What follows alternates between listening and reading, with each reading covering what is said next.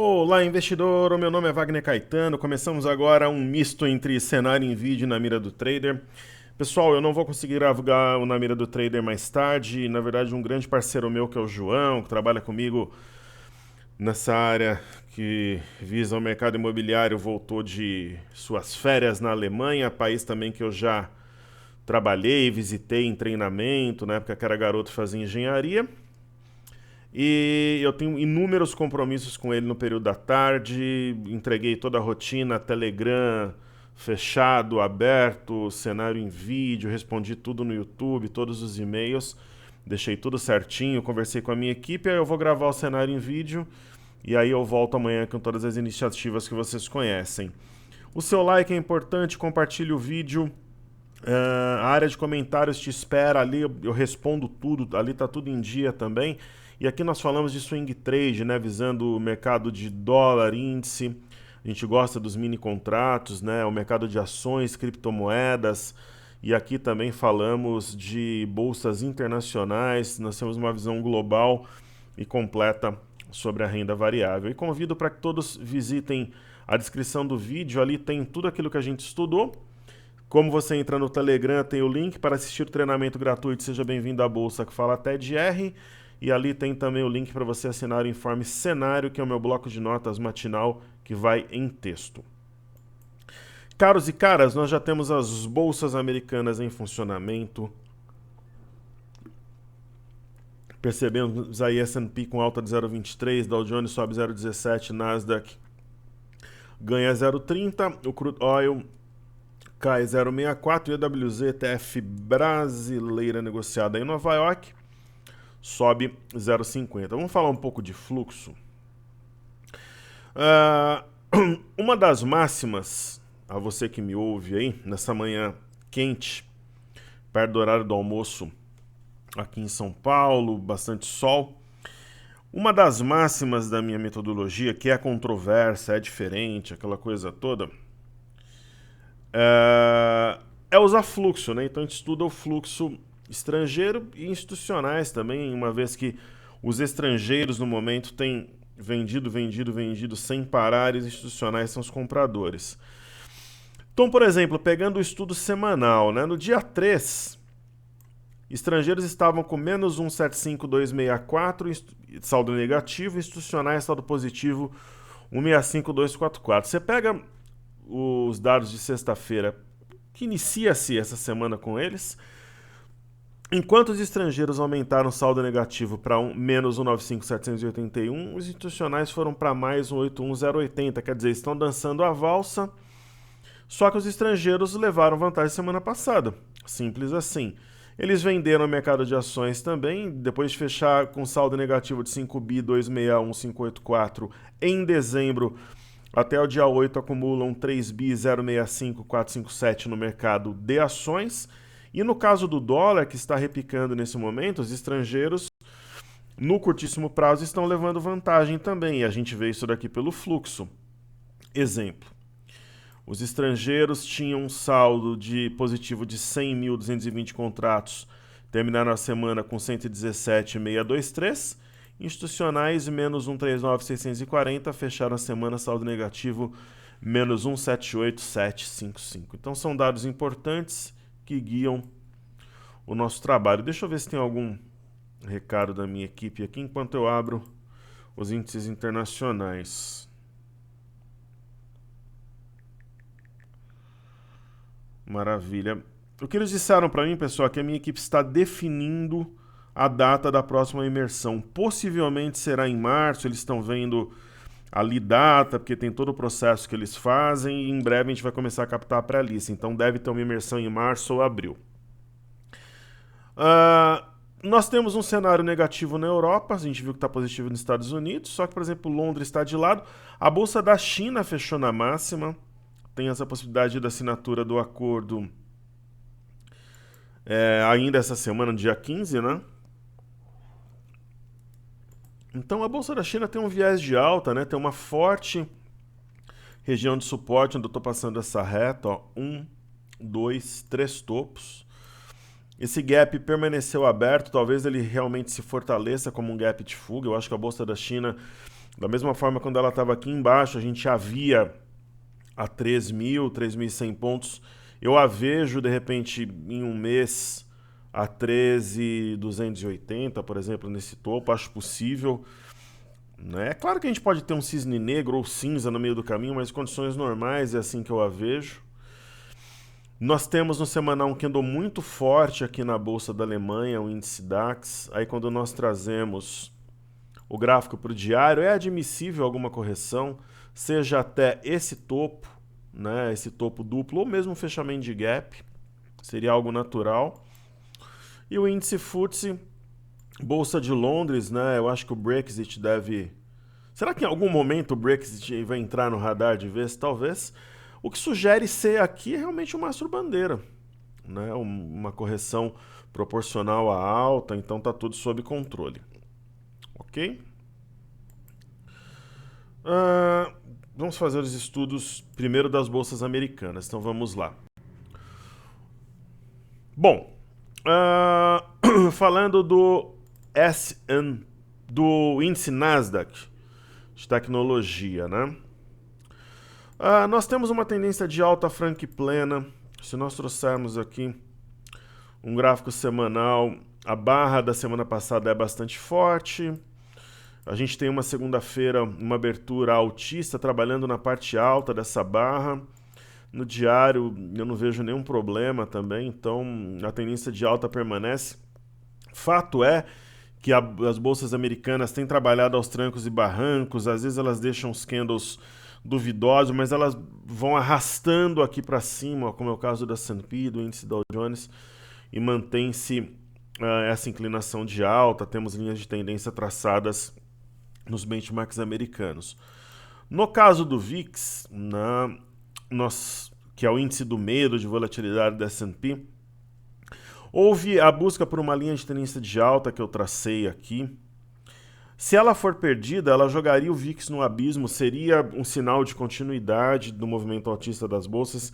Via de regra, VIX é inversamente proporcional às bolsas, mas é admissível algum repique, alguma coisa do gênero aqui, porque caiu fortemente no curto prazo. Aí eu acho interessante nós estudarmos o Crude Oil WTI, que é o petróleo negociado em Nova York. Nós fomos cirúrgicos, modéstia à parte, aqui no petróleo. Ele atingiu um alvo ótimo, foi no alvo secundário, deu saída aqui para quem estava comprado e agora mira essa linha de tendência de alta, simples assim. Ali acho que haverá uma decisão, uma briga entre ursos e touros, né? No caso do Brent, existe uma busca por essa linha de tendência de baixa que está sendo penetrada, violada. Naturalmente é possível traçar uma linha de tendência de alta também, que possivelmente será alvo, né, dessa movimentação, candles vermelhos em sequência, aquela coisa toda. E aí falemos então das criptomoedas. Eu tenho o Bitcoin aqui na tela, sempre em dólar americano. O Bitcoin opera numa região decisiva, a parte alta de um canal. Acho que quem está comprado já tem que começar a ficar esperto por aqui. Apesar que trabalha-se na parte alta do candle do dia 10, então está mais inclinado para a compra, né? Mas eu acho que já é um momento, né, longe do fundo, o investidor tem que ficar bastante atento. No caso do Bitcoin Cash, vamos ver se a gente consegue traçar uma linha, alguma coisa que nos oriente, nos guie nos estudos, ó. Está também numa parte alta, aqui seja de um canal ou numa LTB que seja. Aí temos o Litecoin.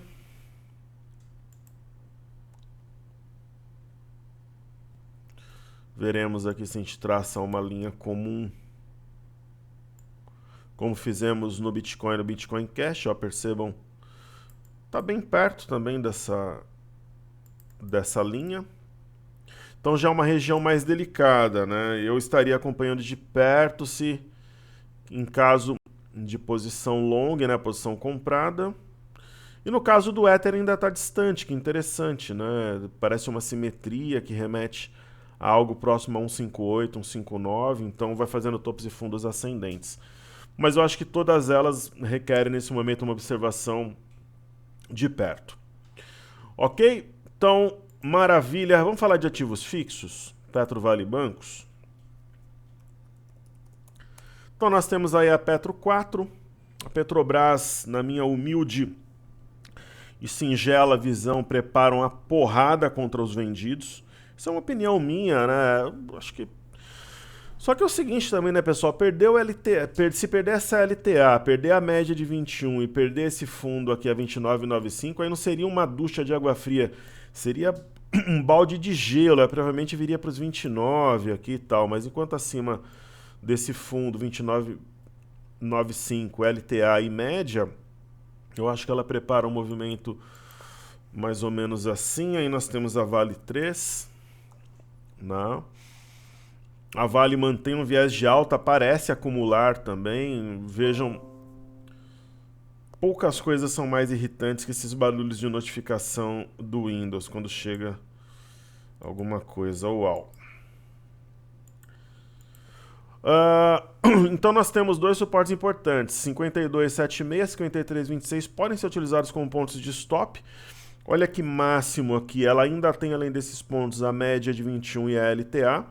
Então são pontos de referência para quem está posicionado, na minha visão. Aí nós podemos falar do DI 1F25, depois a gente fala do IFNC.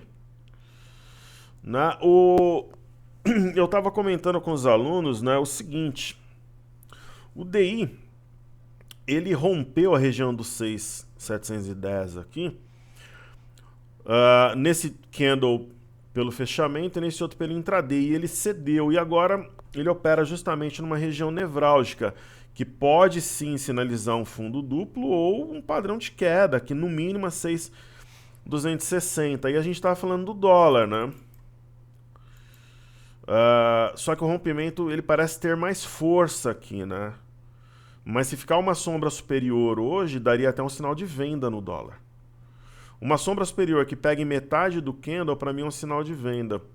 Quando você traz aqui para 30 minutos, ok, o dólar rompeu um canal, né? Ele rompeu um canal de alta. É algo assustador, porque pode subir muito. Só que aí eu pego alguns pontos aqui, ó. 4.096, 4.098.500, 4.100. Quer dizer, se essa região entre 4.096 e 4.100 for perdida, ele joga o dólar aqui na primeira linha de tendência aqui embaixo.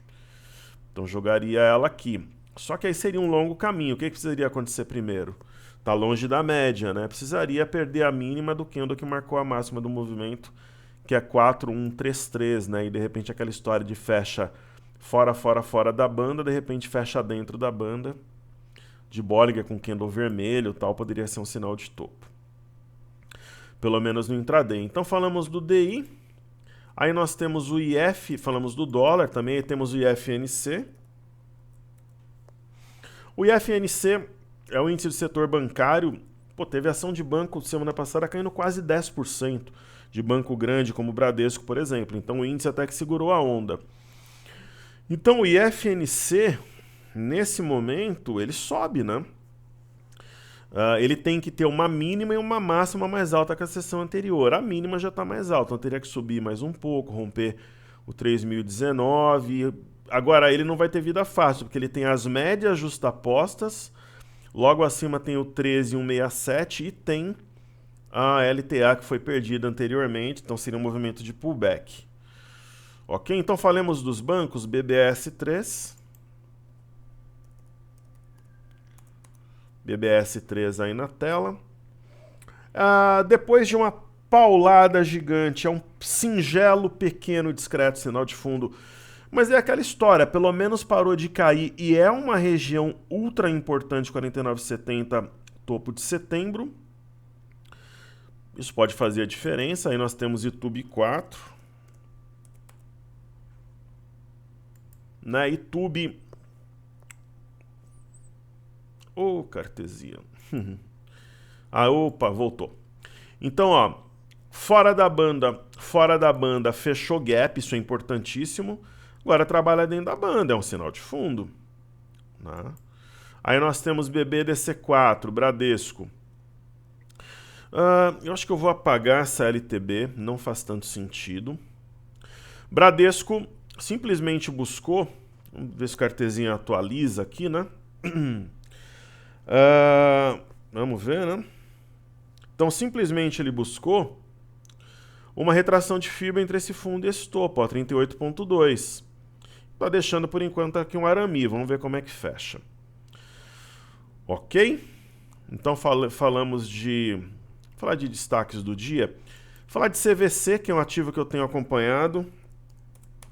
Não está na nossa carteira, mas é um ativo que a gente vem acompanhando. A gente acredita, como a gente acertou em Bradesco anteriormente, no mês de novembro, se eu não me engano, a gente acertou a CIA e a Cielo no alvo e tal.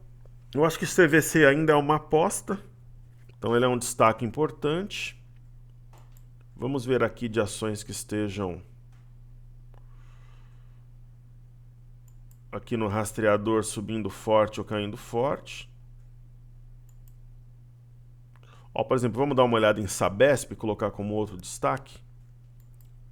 Então entram aí como destaque CVC e Sabesp. Sabesp é uma empresa que fez parte da carteira do nosso grupo, nós fomos muito bem.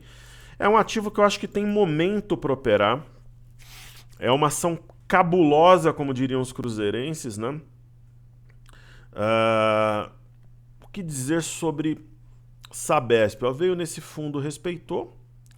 Eu acho que acima de... Para mim, o ponto-chave é 58,14. Acima é compra, abaixo eu não manteria a minha compra, deixando bem claro que nós temos um topo duplo evidente aqui e podemos usar um outro ponto como base, que é o 57, que é o eixo, né?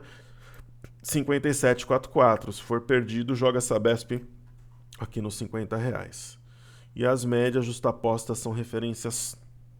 Tomem. Ok, então ativos fixos, Petro, Vale, bancos, vamos falar de Via Varejo. VVAR3, e antes disso, a gente já falou das bolsas americanas, falemos do EWZ, que faltou, ETF brasileira negociada em Nova York. O EWZ é uma referência importantíssima, reflete... assim, eu não gosto, pessoal, eu sou engenheiro, sou técnico em plásticos e em eletrônica também. Então eu tenho uma cabeça científica, como dizia o meu saudoso pai. Só que nem por isso a gente tem que deixar de ter a flexibilidade e a inteligência emocional para lidar com a vida ou com as operações. Então, às vezes a gente fala alguma coisa aqui, o aluno que é mais pragmático, tal, ele vem e contesta. Assim, o EWZ, ele é uma forma de observar o Ibovespa em dólar? É. De maneira absoluta, não, mas relativa é. O EWZ é mais ou menos o BOVA11 negociado em Nova York? É, mas a composição não é a mesma, é parecida. Né? O que eu acho sobre o EWZ? Eu penso assim, qualquer negócio acima de 47,19 mostra muita força. Porque seria um rompimento falso de um mega topo. Né? Então é a primeira coisa que eu acho sobre o EWZ. O que mais que eu acho sobre o EWZ? Se ele montar um arame aqui, como ele pode fazê-lo, se ele fechar daí um pouco para cima ainda hoje, seria fantástico. Por quê? Porque é na média de 21. Né? E depois de um volume bom negociado semana passada. Então é isso daí que eu acho. Então, falando de Via Varejo, que é a minha esposa, aparentemente ela está fazendo um processo de acumulação. Se ela romper os R$12 com 3 centavos, ela mostra força. Ela tem uma barreira um pouquinho antes nos 12 bola a bola aqui cravado. Então é isso, eu não vejo nenhum problema com ela. Talvez a gente possa traçar uma reta dessa forma para delimitar aqui os últimos fundos, né? De repente deixar até reforçado aqui sem manter de maneira perpétua, dá uma ideia até de um triângulo ascendente. Ok? Então faltou a gente falar o quê? Eu falei de todos os ativos fixos, destaques, Petro, Vale, bancos. Falei de DI, bolsas americanas. Faltou BOVA11 e BOV, né? Então aqui nós temos o BOVA11. O BOVA11 está subindo um pouco mais de 1%. O que eu vejo de interessante no BOVA11 nesse momento? Está trabalhando acima do 111,23. Semana passada triscou a média e respeitou, quase tocou. Está acima da média de 5. Isso parece uma simetria em V, com alvo aqui na máxima histórica. Ó. Tá vendo mais ou menos aqui? Então, aqui seria o eixo, né? Então tem 1, 2, 3, 4, 5 candles para lá. De repente, em 5 candles poderia atingir a máxima histórica, ó, né? Sendo hoje o primeiro. Só que para isso tudo tem que romper e fechar acima da máxima do candle central, que é o 112,51. Aí nós temos o Ibov, que traz consigo um desenho parecido. Você fala, porra, professor, mas como é que você tem essa ideia? Na verdade é uma ideia, né, pessoal? Sendo que o dólar tem alta. Pessoal, é um cenário complexo. Então aqui eu teria o candle central, 1, 2, 3, 4, 5 candles, aqui seria o primeiro. Teria que romper a máxima, que é o 116,745, e trabalhar, tá praticamente nela nesse momento. É interessante a gente ver que praticamente tocou a média e respeitou. Está acima da média de 5, algo que não faz desde esse dia praticamente, do dia 6/1. Esse fundo é importante, 115,600 está acima. Então tem alguns pormenores aí. Para a gente finalizar, falar do mini índice, né? A gente tem estudado o WIN G20, né? Nos nossos últimos estudos e coisa e tal. Aí teríamos o candle central, 1, 2, 3, 4, 5 candles. Quem sabe semana que vem. Mas é uma ideia só, né? Uma ideia. No caso do mini índice, cravou na média. Está acima de 115,770. Para ter um algo novo, tem que ter mínima e máxima mais alta. Qual que é a mínima? 115,320. Qual que é a mínima? 116,120. A mínima já tem. Só que tem pregão até 18. 18,20 aí. 18,15. Qual que é a máxima? 117,230. Teria que fechar acima dessa máxima. Ou pelo menos romper e trabalhar um pouco. Por quê? Todos esses candles da sequência de queda, as mínimas e máximas são menores que a sessão anterior. Se você tem uma sessão positiva, que a mínima e a máxima são maiores, você tem algo novo. Aí você inconteste, né? E no caso do intraday aqui, nós temos uma espécie de canal de baixa. Esse gap talvez seja de fuga, mas o volume é baixinho. E está rompendo o canal através de uma Marubozu. A questão é manter e não voltar, senão vem aqui para baixo. Tem 117,230 como alvo dessa simetria intraday, ok. Aí acima desse teria 117,355. Ok, pessoal? Então é isso aí, não vou poder fazer na mira do trader, mas amanhã eu volto com todas as iniciativas. Mas eu mandei hoje o cenário, me comuniquei com o grupo fechado do Telegram, que é o nosso grupo aí, que a minha equipe replica os informes, coisa e tal, e conversei com um grupo normalmente, cenário, mini contratos, tudo certo. Só não vou fazer o na mira do trader, amanhã eu volto com tudo normalmente, inclusive o radar. Então saúde e paz a todos. Seguimos juntos porque juntos somos mais fortes, pessoal. Conto com o seu like, valeu!